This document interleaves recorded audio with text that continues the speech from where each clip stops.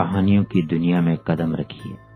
यहाँ हर शब्द बोलता है और हर कहानी एक रहस्य खोलती है। यह है स्टोरी स्पीक, जहाँ कहानियां सिर्फ सुनी नहीं, महसूस की जाती। तो दिल थाम लीजिए, क्योंकि आज की कहानी आपको डर और रोमांच के नए सफर पर ले जाने वाली।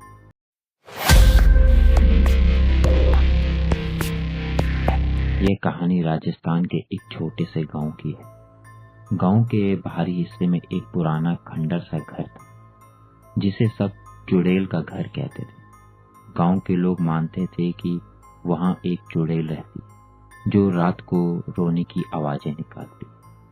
कई वर्षों से कोई भी उस घर के पास जाने की हिम्मत नहीं करता। एक दिन शहर से एक युवा पत्रकार राहुल उस गांव में आया। उसने इस कहानी को सुना और तय किया कि वह उस घर के रहस्य को सुलझाए। गांव वालों ने उसे चेतावनी दी, लेकिन राहुल नहीं माना। रात के समय राहुल अपने कैमरे और टॉर्च के साथ उस घर में गया। जैसे ही उसने दरवाजा खोला, उसे लगा एक ठंडी हवा का झोंका से छू कर गुजरा। घर अंदर से बिल्कुल सुनसान था, लेकिन दीवारों पर अजीबोगरीब निशान, जैसे किसी ने नाखूनों से खरोच दिया। राहुल ने जैसे ही पहली मंजिल पर कदम रखा, उसे किसी के हंसने की धीमी आवाज सुनाई दी। उसने चारों ओर देखा, लेकिन कोई नहीं था। अचानक उसकी टॉर्च बंद हो गई।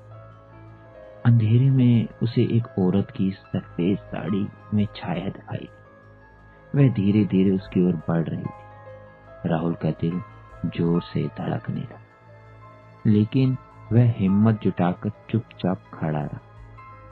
वह छाया धीरे धीरे पास आई और अचानक गायब हो गई। राहुल घबरा गया और भागते हुए नीचे आया, लेकिन जैसे ही वह दरवाजे की ओर बढ़ा, दरवाजा अपने आप बंद हो गया। बाहर से किसी के रोने की आवाजें आने लगी। अगले दिन सुबह गांव वालों ने देखा कि राहुल उस घर के सामने बेहोश पड़ा था। होश में आने पर उसने सिर्फ इतना कहा, वह चुड़ैल मुझे जाने नहीं देना चाहती। गांव वालों ने राहुल को फिर कभी उस घर के पास नहीं जाने दिया। आज भी वह खंडर वैसा ही खड़ा है, लेकिन कोई उस घर के पास नहीं।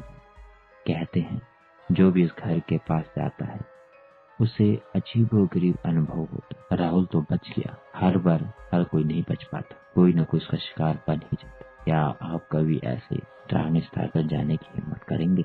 आपको ये कहानी कैसी लगी, मुझे कमेंट में जरूर बताएं।